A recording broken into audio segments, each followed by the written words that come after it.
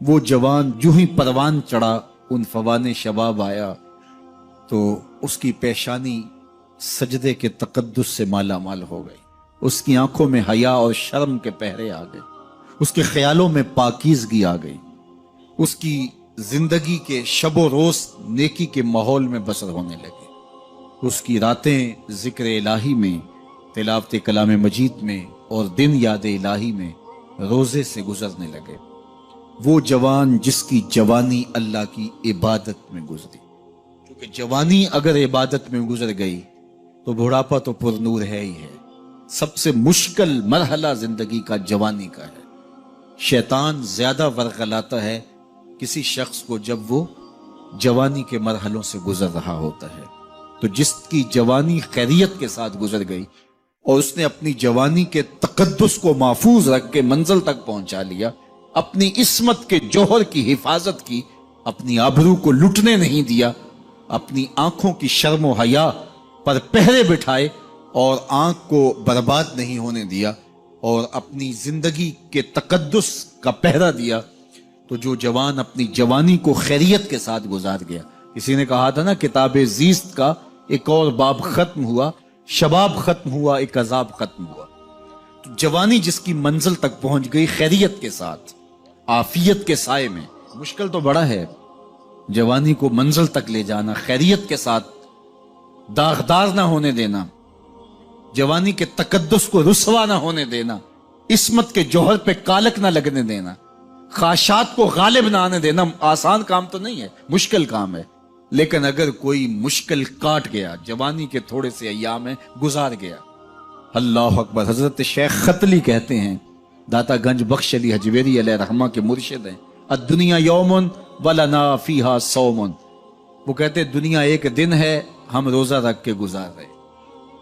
تو روزہ رکھ کے سارا دن گزر ہی جاتا ہے، دوپہر بھی آتی ہے گزر جاتی ہے، اور عصر کا وقت بھی آتا ہے گزر جاتا ہے، کھانے کا وقت بھی آتا ہے، چائے کا وقت بھی آتا ہے، سب کچھ ہوتا ہے لیکن گزر جاتا ہے، افطار تک بندہ پہنچ جاتا ہے۔ جس نے زندگی روزے کی طرح گزار دی، جس نے جوانی روزہ رکھ کے گزار دی، خواہشات کو بے قابو نہیں ہونے دیا، مشکل کام تھا لیکن اس نے مشکل کام کر دکھایا۔ اجر کتنا بڑا ہے، سنیے اللہ کے محبوب کی زبان سے سنیے۔ حضور نے ارشاد فرمایا جو سیدنا ابو ہریرہ کے ذریعے سے ہمارے تک پہنچا، فرمایا قیامت کے دن جب سورج کا رخ سیدھا ہوگا، زمین تانبے کی ہوگی، لوگ پسینے میں شرابور ہوں گے، کوئی ٹخنوں تک پسینے میں، کوئی گھٹنوں تک، کوئی کمر تک، کسی کو پسینے کی لگام دی جائے گی، اور وہ پسینہ ایسے نہیں ہوگا جس طرح یہ پسینہ ہے، اتنا گرم ہوگا۔ ابن رجب حنبلی کہتے ہیں اس پسینے کا ایک قطرہ اگر احد پہاڑ پہ ڈال دیا جائے تو وہ پگھل جائے، اتنا گرم ہوگا، بدبودار اتنا ہوگا، ایک قطرہ دنیا پہ ڈال دیا جائے، انسان کیا جانوروں کے دماغ بھی پھٹ جائے، اس پسینے میں لوگ شرابور ہوں گے۔ لیکن جس نے اپنی جوانی کو عافیت سے گزارا ہوگا، کل قیامت کے دن جب کوئی سایہ نہیں ہوگا، اللہ اس جوان پر اپنے عرش کا ٹھنڈا سایہ عطا فرمائے۔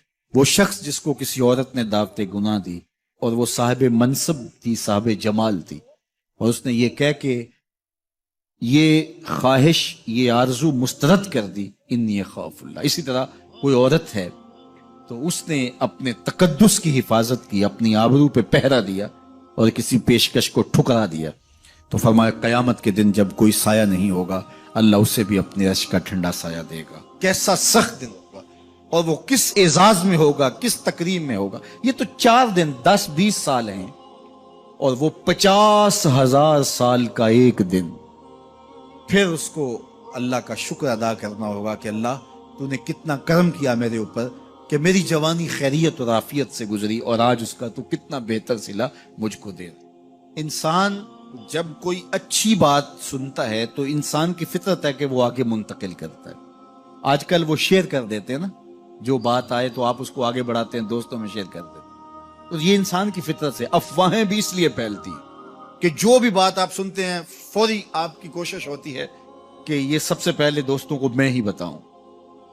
تو یہ انسانی فطرت ہے۔ تو جب افواہ اور ایسی چیز، کوئی غم کی خبر بھی ہو، کسی کی وفات کی خبر بھی ہو، تو اس وقت بھی انسان کی فطرت، سست سے سست آدمی بھی پھر جلدی جلدی فون کرتا ہے، آگے بڑھاتا ہے کہ فلاں سے ایک فوت ہو گیا۔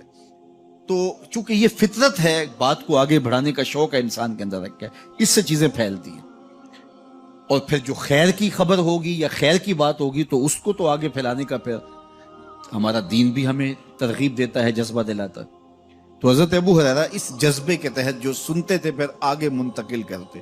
اب حضور کی بارگاہ سے اٹھ کے جاتے تو سب سے پہلے گھر جاتے اور سب سے پہلے اپنی ماں کو ہی سناتے، اور ماں تھی کافرہ، وہ سننے کی بجائے، خوش ہونے کی بجائے سن کے وہ الٹا ناراض ہوتی اور کوئی نہ کوئی ایسی بات کر دیتی۔ سید ابو ہریرہ سے گوارا نہ ہوتا، ایک دن انہوں نے کوئی ایسی بات کر دی کہ حضرت سیدنا ابو ہریرہ رضی اللہ تعالیٰ عنہ نے فیصلہ کر لیا کہ آج ماں کو چھوڑ دینا، کیونکہ میں یہ گوارا نہیں کرتا کہ میرے آقا کے بارے میں کوئی ایسا جملہ کوئی بولے۔ اور تھی گھر میں ماں ہی، بھائی بھی کوئی نہیں تھا، بہن بھی کوئی نہیں تھی، باپ بھی فوت ہو گئے تھے، شادی بھی نہیں ہوئی تھی، تو ماں ہی ماں گھر میں، اور ماں اور بیٹا اکٹھے رہتے ہو تو پھر محبت بھی مثالی ہوتی ہے۔ تو اب ماں ہی ایک رشتہ ہے مادی دنیا کے اوپر، تو حضرت ابو ہریرہ رضی اللہ تعالیٰ عنہ نے فیصلہ کر لیا کہ چھوڑ دینا، چھوڑ کے گھر سے نکلے، لیکن دل ڈوب رہا ہے کہ ایک ہی تو رشتہ تھا وہ بھی گیا۔ افسردہ ہے، حضور کی خدمت میں پہنچے، دل و قلب و نگاہ کے مرشد اولین نے ابو ہریرہ کی اداسی دیکھی تو فرمایا ابو ہریرہ کیا بات ہے؟ تو حضرت ابو ہریرہ جس طرح بندہ پھٹ نہیں پڑتا، تو عرض کی حضور میری ماں کی ہدایت کی دعا کر دیجئے۔ ساری کہانی 2 لفظوں میں بیان کر دی، میری ماں کی ہدایت کی دعا کر دیجئے۔ حضور نے نہیں پوچھا کیا ہوا، کیا ماجرا ہوا، فوراً ہاتھ اٹھ گئے، اور لفظ کیا تھے؟ اللہم اہد ام ابی ہریرہ تھا، اے اللہ ابو ہریرہ کی ماں کو ہدایت دے دے۔ ادھر انہوں نے بے چینی سے یہ بات کہی، ادھر حضور کے ہاتھ اٹھے، پھر ان اٹھے ہوئے ہاتھوں کو خالی تو موڑا ہی نہیں جاتا، اجابت کا صحرا عنایت کا جوڑا، دلہن بن کے نکلی دعائے محمد صلی اللہ علیہ وسلم۔ تو حضور علیہ السلام نے ہاتھ اٹھا دی، حضرت ابو ہریرہ نے دوڑ لگا دی۔ کسی نے پوچھا ابو ہریرہ آج بڑی جلدی ہے؟ کہا آج ہی تو دیکھنا چاہتا ہوں، گھر پہلے میں پہنچتا ہوں یا حضور کی دعا پہلے پہنچتا ہوں؟ جا کے دروازے کو دستک دی، اندر پانی کے کھنکنے کی آواز آ رہی تھی جس طرح کوئی غسل کر رہا۔ آواز دی تو آواز آئی، بیٹا ابو ہریرہ ٹھہرو، میں بھی آئی۔ کہا لہجے سے سمجھ گیا اس میں محمد عربی کی دعا بول رہی ہے۔ تھوڑی دیر کے بعد میری ماں آئی، تازہ آثار وضو سے، اور غسل کی وجہ سے ان کے جو ہے وہ بالوں سے قطرے ٹپک رہے تھے، اور لبوں پر میرے حضور کا کلمہ جاری تھا۔ اللہ اکبر، سیدنا ابو ہریرہ تیرے مقدر پہ قربان۔ ایک سفر میں حضور علیہ السلام اور اصحاب گامزن تھے کہ راستے میں قیام کیا، تو ایک قبیلے کی صلح کروانے کے لیے حضور علیہ السلام تشریف لے گئے۔ وہاں کچھ تاخیر ہو گئی تو صحابہ نے حضرت ابوبکر صدیق کو کہا کہ حضور رک گئے ہیں تو نماز کا وقت جا رہا ہے، آپ نماز پڑھا دیجیے۔ حضرت ابوبکر صدیق رضی اللہ تعالیٰ عنہ مصلی پہ کھڑے ہو گئے۔ اب نماز شروع ہوگی، ادھر سے حضور بھی فارغ ہو گئے، تو آقا کریم تشریف لائے۔ تو آقا کریم علیہ السلام جو ہی تشریف لائے تو صحابہ کی صفیں بندی ہوئی تھی، حضور کو دیکھا انہوں نے راستہ چھوڑ دیا، پیچھے سے لے کر کے مصلی تک صحابہ نے حالت نماز کے اندر حضور کے لیے راہ کشادہ کی۔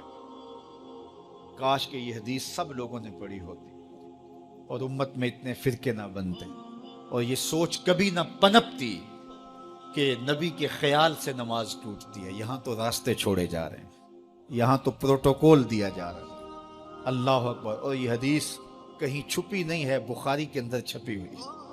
اللہ اکبر، آقا کریم علیہ السلام تشریف لائے تو صحابہ نے راستہ چھوڑنا شروع کر دیا، نماز بھی چل رہی ہے اور حضور کا راستہ بھی چھوڑ رہے ہیں۔ بالکل حضرت ابوبکر صدیق کے پیچھے آ کے حضور کھڑے ہوئے۔ ابو بکر لا یلتفت یمینا ولا یسارا، جب آپ نماز پڑھتے تھے تو نہ دائیں دیکھتے نہ بائیں دیکھتے، پوری توجہ انہماک ہوتا، وہ اپنی کیفیات کے جہان میں ڈوبے تھے، اور حضور آ کے پیچھے کھڑے ہو گئے۔ صحابہ نے اپنے ہاتھوں کی پشت پہ ہاتھ مارتے شروع،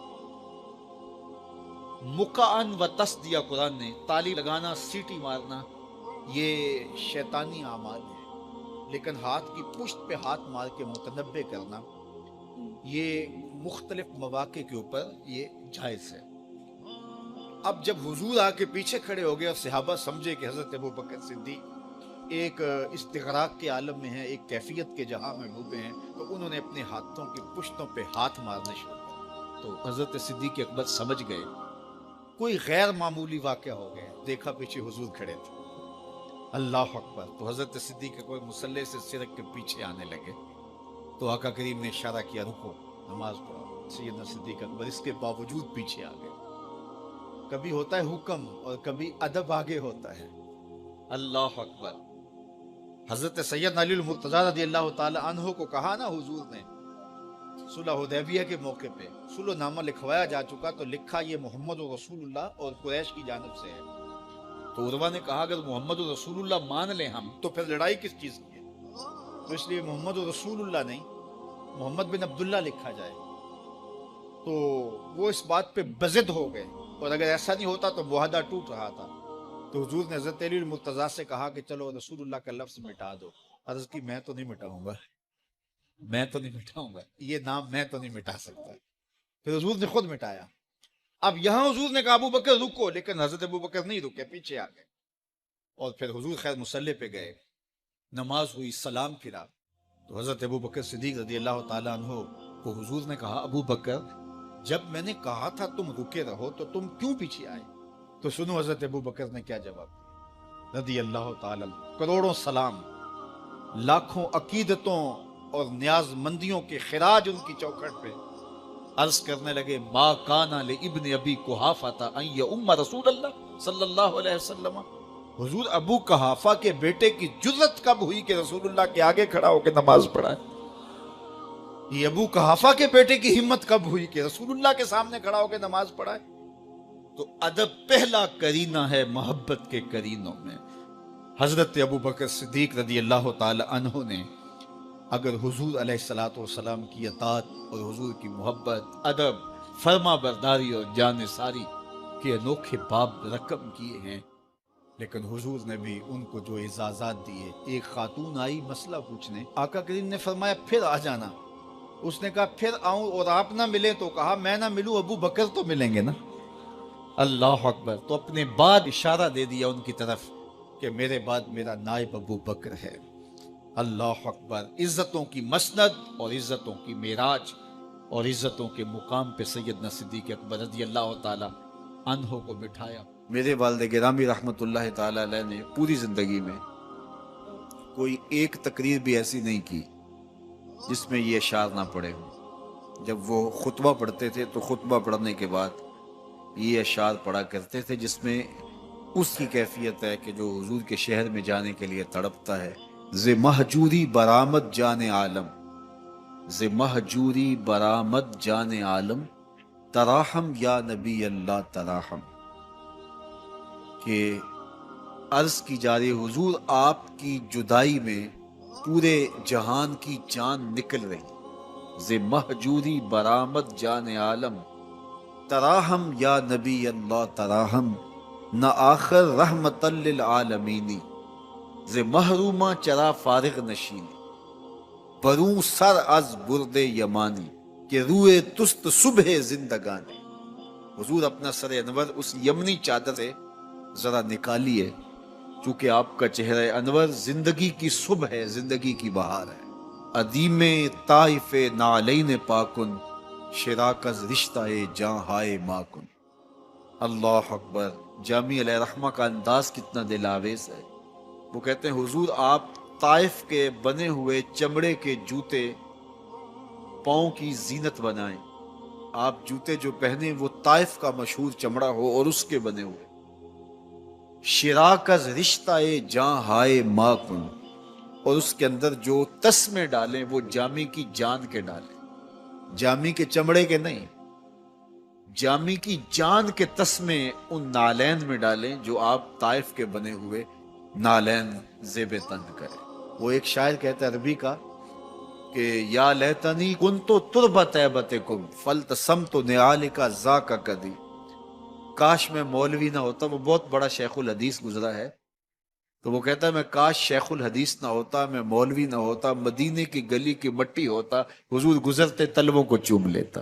چے باشد گر کنی سوئم نگاہے، ہمیشہ گر نہ باشد گاہے گاہے، نگاہ یا رسول اللہ نگاہ، 100,000 جبریل اندر بشر، بحر حق سوئے غریبہ یک نظر، یا رسول اللہ انظر حالنا، یا حبیب اللہ اسما قالنا، اننی فی بحر غم مغرقن، خذ یدی ساحل لنا اشکالنا، یا صاحب الجمال و یا سید البشر، من وجهک المنیر لقد نور القمر، لا يمكن الثناء کما کان حقہ، بعد از خدا بزرگ توئی قصہ مختصر۔ ساری کہانی آ کے یہی ختم ہوتی ہے۔ تو یہ میری اور آپ کی سعادت مندی ہے۔ اللہ کی توفیق سے آپ کے لیے اور آپ میرے لیے محبت اور دعا کے جذبات رکھتے ہیں، اور ہم ایک دوسرے کے لیے دعا گو ہیں کہ آج میں حاضر ہوا ہوں اور آپ نے جو ہے وہ میرے لیے اپنی آنکھوں کی چمک اور محبت پیش کی ہے۔ اللہ یہ دن آپ کو بھی نصیب کرے۔